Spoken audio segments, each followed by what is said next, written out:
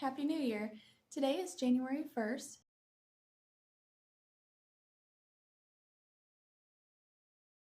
So the first breakfast here, fermented blueberry oatmeal bake. Blueberries. In a pan that size, this recipe will give about 6 meals. So you can see here's my husband's meal, mine, my daughter's, and we will have some yogurt as well. And you can see I am almost out of yogurt, so we will be making some more yogurt tonight. Now we are going to prepare our chicken for supper. It's just barely over 6 pounds. Then we're going to slow cook it in the Dutch oven, in the big oven, on 250, and basically I just forget about it. Right now it is 12:40 p.m., so I'm going to put this in here and basically just, like I said, forget about it until we get hungry. 5 o'clock, 6 o'clock, it'll be good to go. And then to this, I will add the carrots that we diced up or chopped up, the onions that I chopped up, and then I'll have to also get some of those potatoes and put them in here as well. So to flavor it, I'm just going to be using lemon pepper seasoning. This is from Aldi. It is not the best ingredients, but it is not the worst. There is no yellow food dye, so that's really good.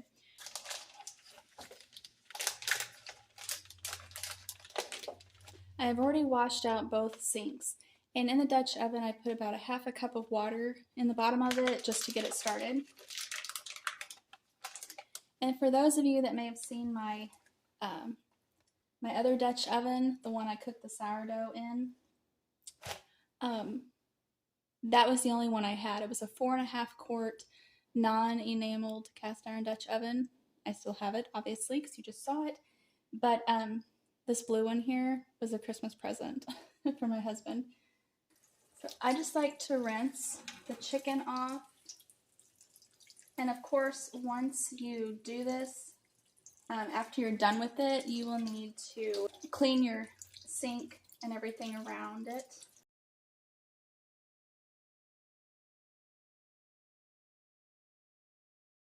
I don't know if you can see it or not, but it has some pretty yellow skin here.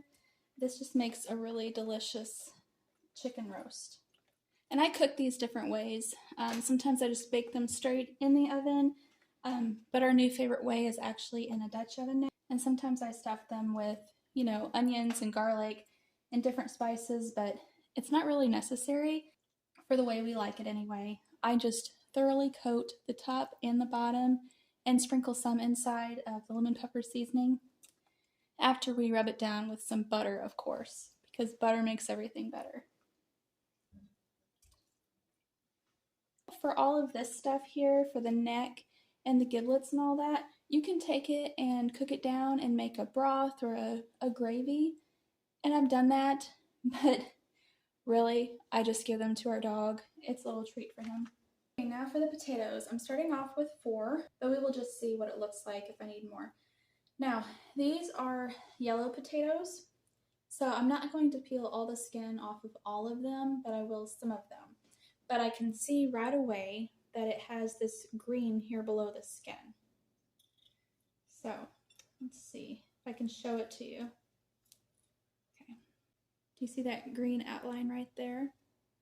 And the green here on the skin? Okay. So that green skin is said to be toxic. I think it's called solanine. Anyway, so if you see the green skin, you should just peel it off.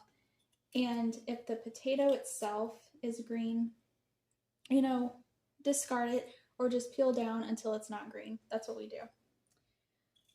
So I'm just going to cut out any unsightlies.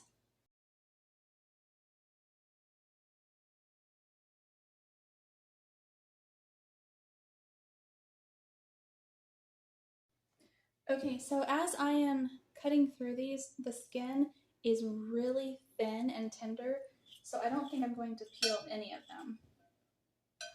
There's a lot of the vitamins and health benefits in the skin, and that's true with most, if not all, produce.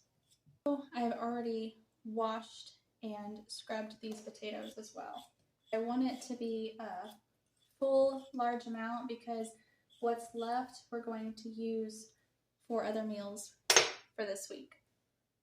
Anytime I make a chicken like this, I take some butter over here and then I soften it, put it in my hand, and then I rub it all over the chicken, on the front, the back, the sides, under the legs, and then I separate the skin from the breast and then take the butter along with seasonings and rub it in between the skin and the breast as well as in the inside. However, I'm going to take a shortcut today. My husband, he's wanting to come up into the kitchen and I've been keeping him out for the last several hours. So, going to just put some dollops of butter kind of here and there and everywhere.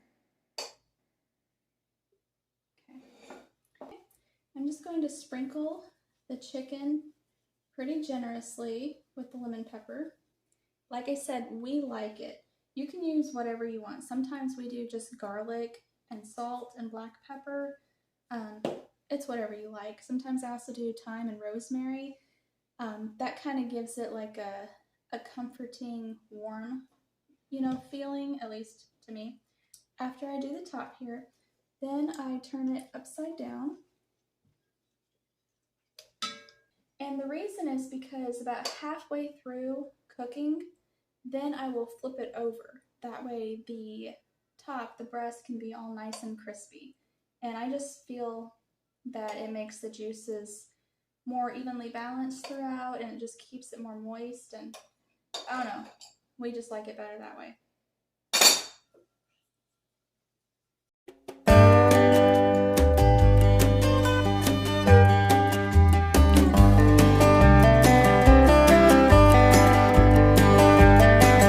Okay, now we're going to put this in the oven. For lunch, my daughter and I are having a smoothie. There are different thicknesses you can make this. My husband, when he makes his, he makes it so thick you have to eat it with a spoon, very much like ice cream. Me, I like mine where I can just drink it, almost like a melted shake.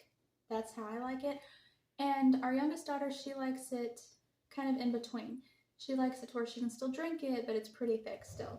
Okay?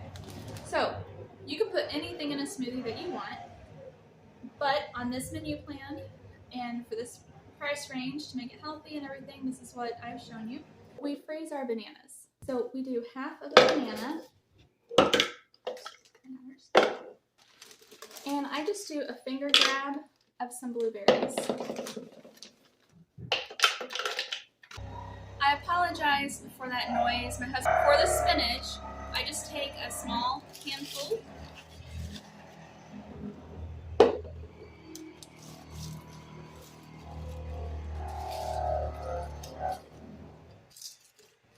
Shove it in there. Now, my husband, he likes to put peanut butter in his. I don't like to. Sometimes I've also put apple in it.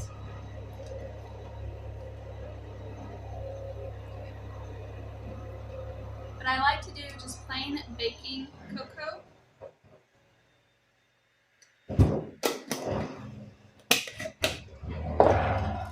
And I like stevia in mine, which you don't have to. You can use honey or nothing at all.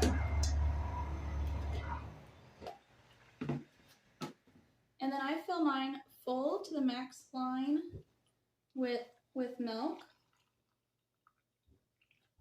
And my daughter does not want hers that thick or that runny.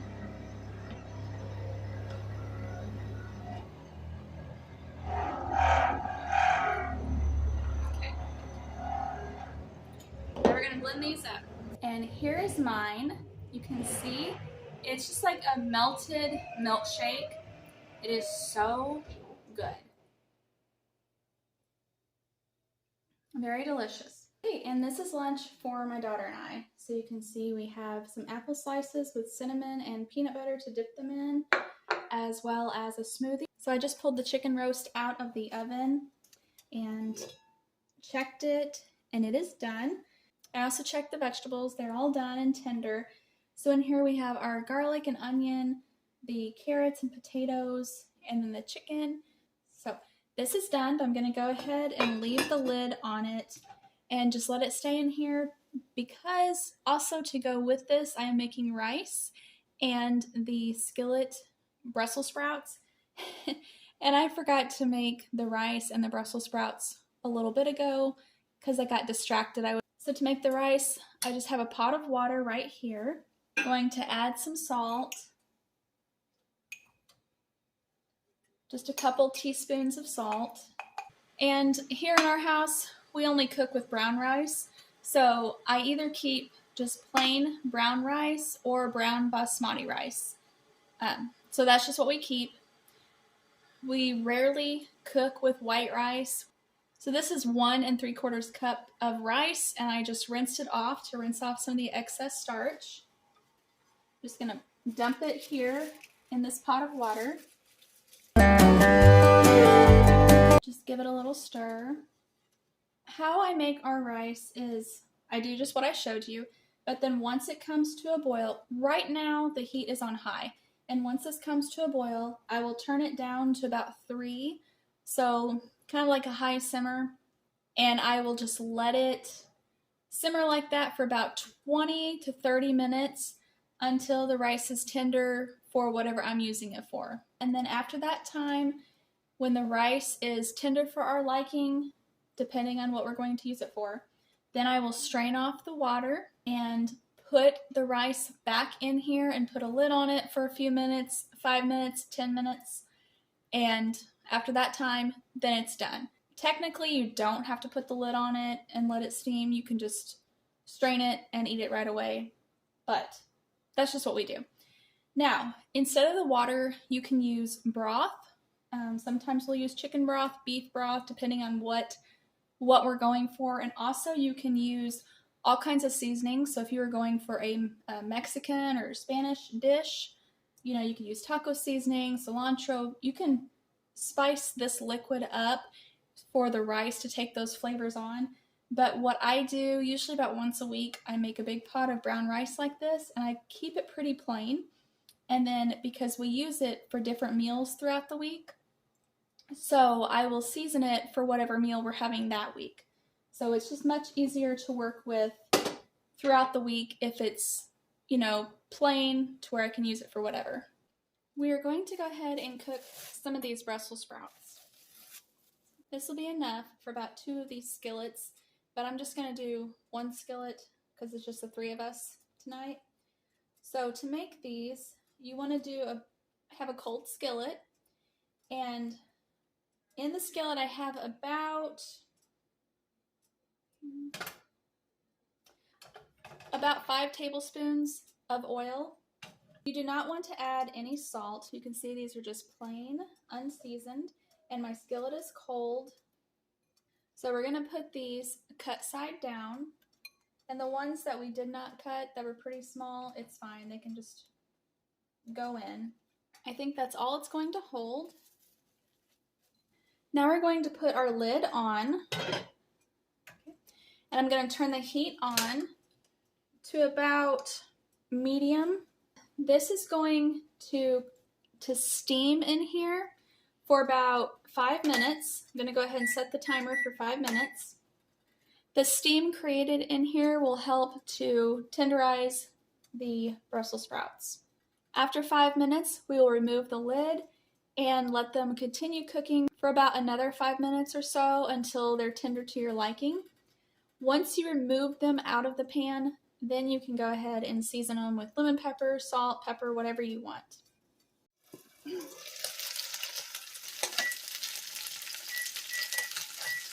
So we're just gonna let these cook a little bit longer for about 5 minutes, and then we'll check them. We want the bottoms to get nice and crispy and done, but also to be tender. Let's check these. That one is tender.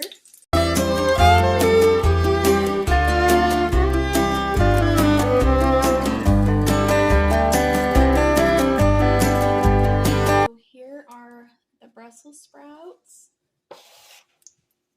Just gonna salt them with some regular salt. give them a shake. All right, so supper is served. So we have our Brussels sprouts that my daughter has already been eating because she does love Brussels sprouts cooked this way. Our rice, then our chicken with the vegetables. Now I'm just going to take this chicken, lift it out, and put it in this. Oh, see how it just falls off the bone like that? All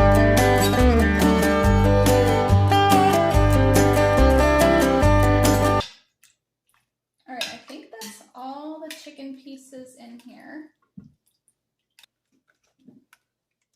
So now we will have some of these vegetables as well, and look at that gorgeous broth.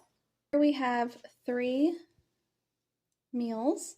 You can see we have Brussels sprouts, rice, onions, carrots, and potatoes, and baked chicken. And over here is what we have left. So I will use these vegetables for tomorrow's supper. And you can see we have the chicken breast here and a couple wings, some Brussels sprouts, and rice is left. I deboned the chicken that was left and also removed the skin. And I put it over here in this crock pot and just covered it with water. I will let this cook on low overnight. And then some of the broth will be used for different meals this week.